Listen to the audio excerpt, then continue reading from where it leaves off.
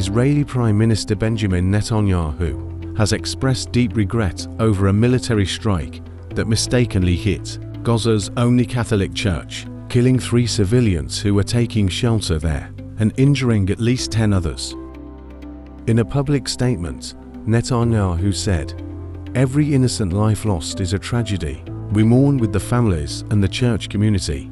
He also confirmed that Israel is investigating the incident and remains committed to protecting both civilians and religious sites. The incident occurred on Thursday, when the Holy Family Church in Gaza City was struck. According to the Latin Patriarchate of Jerusalem, several others were also injured, including the parish priest, Father Gabriel Romanelli. Pope Leo XIV said he was heartbroken by the news and called once again for a ceasefire in Gaza. On Friday, he spoke directly with Netanyahu by phone to stress the need to protect places of worship.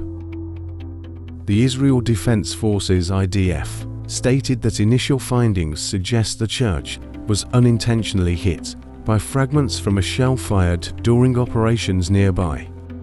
They emphasized that their attacks are aimed strictly at military targets, and that efforts are always made to avoid harming civilians and religious buildings. US President Donald Trump was also briefed on the strike. According to White House spokeswoman Caroline Leavitt, Trump had no positive reaction and spoke with Netanyahu shortly after the news broke. During the call, Netanyahu reportedly described the strike as a mistake. It was not a positive reaction. He called Prime Minister Netanyahu this morning to address the strikes on that church in Gaza, and I understand the Prime Minister agreed to put out a statement.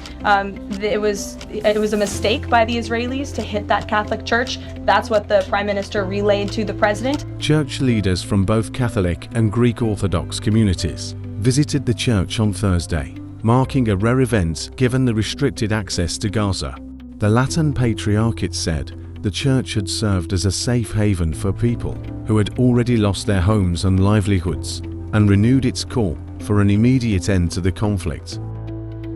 The tragic strike on Gaza's only Catholic church has deepened calls for accountability and a swift ceasefire, as world leaders and religious figures urge all sides to prioritize the protection of civilians and sacred spaces amid the ongoing conflict.